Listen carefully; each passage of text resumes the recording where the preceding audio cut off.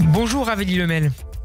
Bonjour. Et merci beaucoup d'avoir accepté notre invitation. Rav Lemel, beaucoup de nos auditeurs se sont émus, bien sûr, comme du reste toute la communauté, de votre situation après la nouvelle agression antisémite dont vous avez fait l'objet cette fois à Neuilly-sur-Seine, vendredi dernier. Rav Lemel, comment d'abord allez-vous cet après-midi? Baruch Hashem, je vais bien. On ne peut pas dire que c'est le top du top de la forme, mais grâce à Dieu, je vais bien. Baruch Hashem. Vous avez accepté très vite de prendre la parole, de vous exprimer dans les médias. Qu'est-ce qui vous a conduit à faire ce choix qui n'est pas si évident après un tel choc? Alors, pour tout vous dire, c'est pas un choix. Ah. Je vais vous dire exactement ce qui s'est passé. Je suis revenu là où ça s'était passé parce que tout simplement, je voulais dire merci aux personnes du café qui étaient intervenues. Et donc, la personne qui m'a accompagné très gentiment, le médecin qui m'a accompagné, je lui ai dit, viens. Et puis, en même temps, je voulais récupérer 2-3 affaires au bureau qui était juste à côté, un bureau dans lequel j'ai laissé des affaires. Et je suis arrivé, il y avait un journaliste de France Inter qui m'a dit, est-ce que je peux vous poser des questions? Je lui ai dit, bon. Et je me suis retrouvé 10 minutes après, je ne sais pas comment il le savait, avec tout le monde. Et Qu'est-ce donc, que à partir de cela, je me suis dit, puisqu'ils sont là, il faut assumer, et puis voilà. Qu'est-ce que vous avez ressenti au moment où vous voyez cet homme violent approcher, compte tenu de ce que vous aviez vécu quelques jours plus tôt à Deauville avec une autre agression antisémite? Alors, c'est pas du tout la même chose.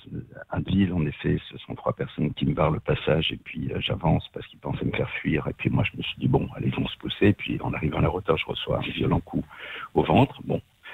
Mais là, non, pas du tout. Je suis installé, et puis d'un seul coup, je suis par terre avec du verre cassé, avec un coup très violent à la tête, et je pensais que c'était une cheminée qui m'était tombée dessus, puis cette personne m'a attaqué par derrière, donc j'ai même pas eu le temps d'avoir peur.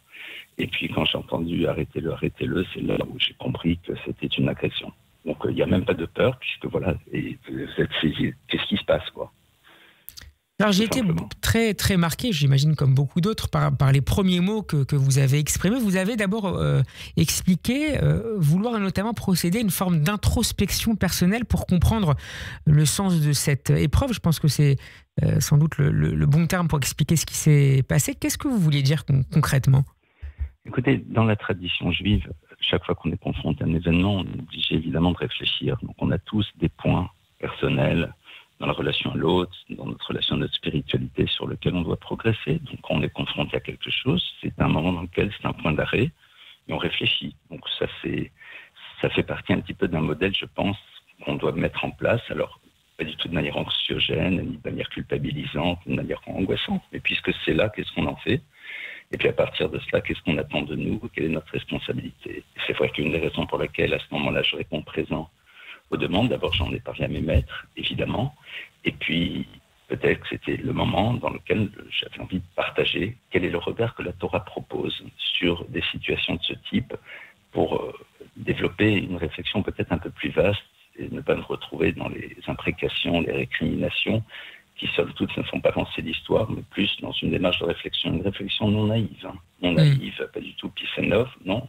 On est confronté à une situation, on est obligé de la gérer, parfois malheureusement, il faut la gérer fortement, mais en même temps, on a une obligation de penser, de réfléchir. Et c'est un petit peu la raison pour laquelle, à un moment, je me suis dit, alors, je me rappelle, les premiers journalistes, je voulais pas trop, ils m'ont tous dit, écoutez, laissez tomber, vous êtes sur les réseaux, ça y est, votre nom est apparu, ça arrive très très vite. Alors je me dis, puisque maintenant ça y est, alors dans ce cas-là, assumons.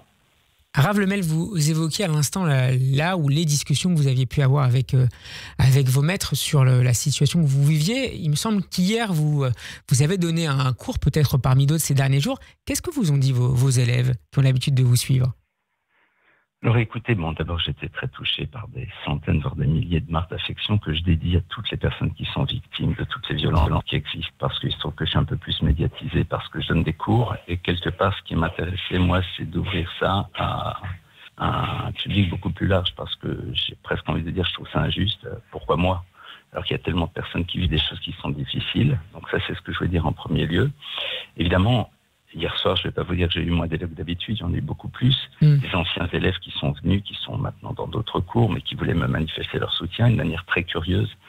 J'avais programmé un cours sur la nécessité et le danger de l'oubli. La semaine d'avant, parce que c'était un rapport avec le texte de la paracha de la semaine. Et donc évidemment, ça a permis d'alimenter un petit peu plus cette thématique. Non, les élèves sont là, solidaires, proches. Ce que je ne veux pas, c'est qu'on tombe dans des réactions bas de gamme. ça ne sert à rien. Qu'est-ce que ça veut dire une réaction bas de gamme dans cette situation ?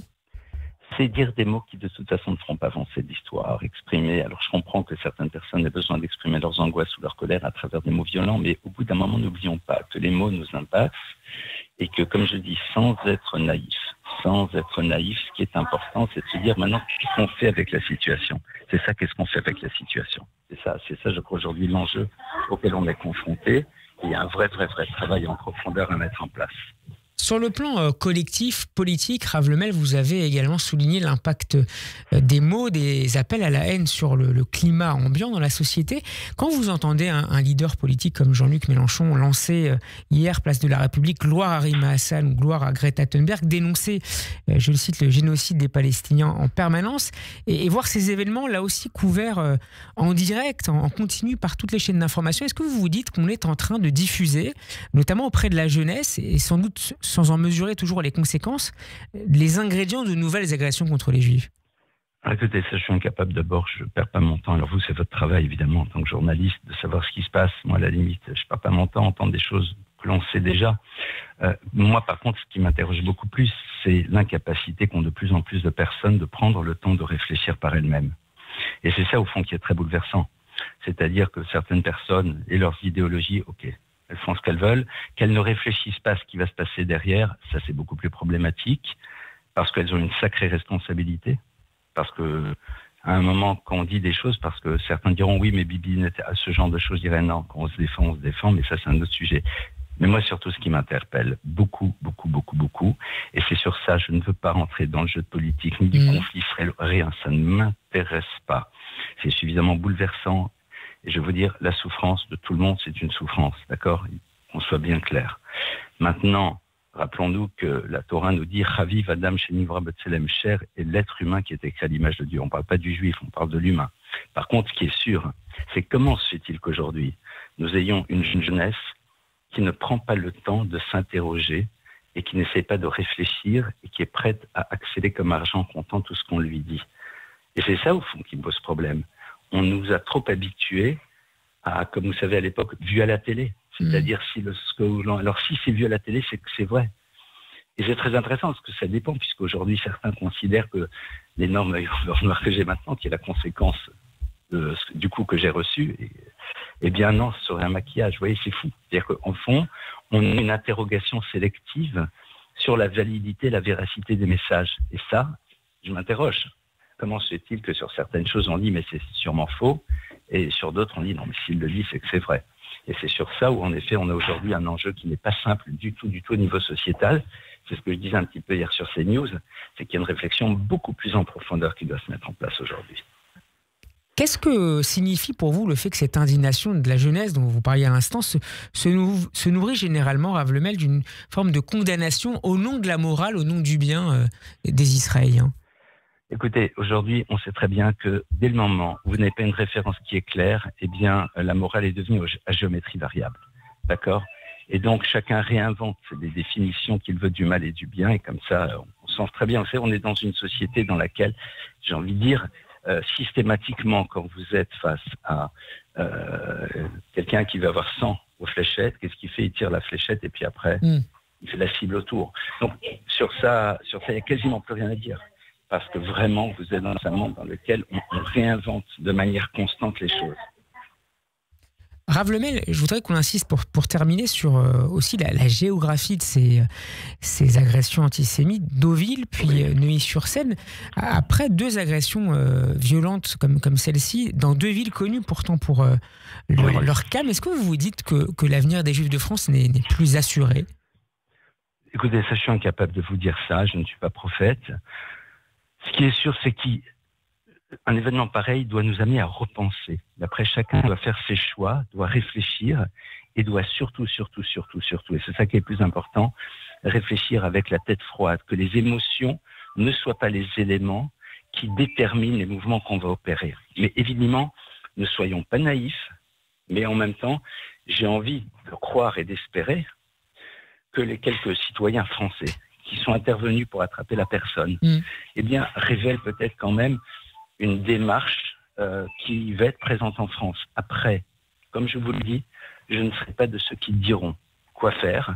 mais de ceux qui diront un événement est là pour nous amener à réfléchir et à partir de cela, chacun doit en tirer les conclusions nécessaires par rapport à lui-même. Merci beaucoup Rav Elioumet d'avoir été avec nous en direct sur Radio J dans le Grand Journal. Bon rétablissement et à très bientôt avec, je l'espère, de bien meilleures nouvelles.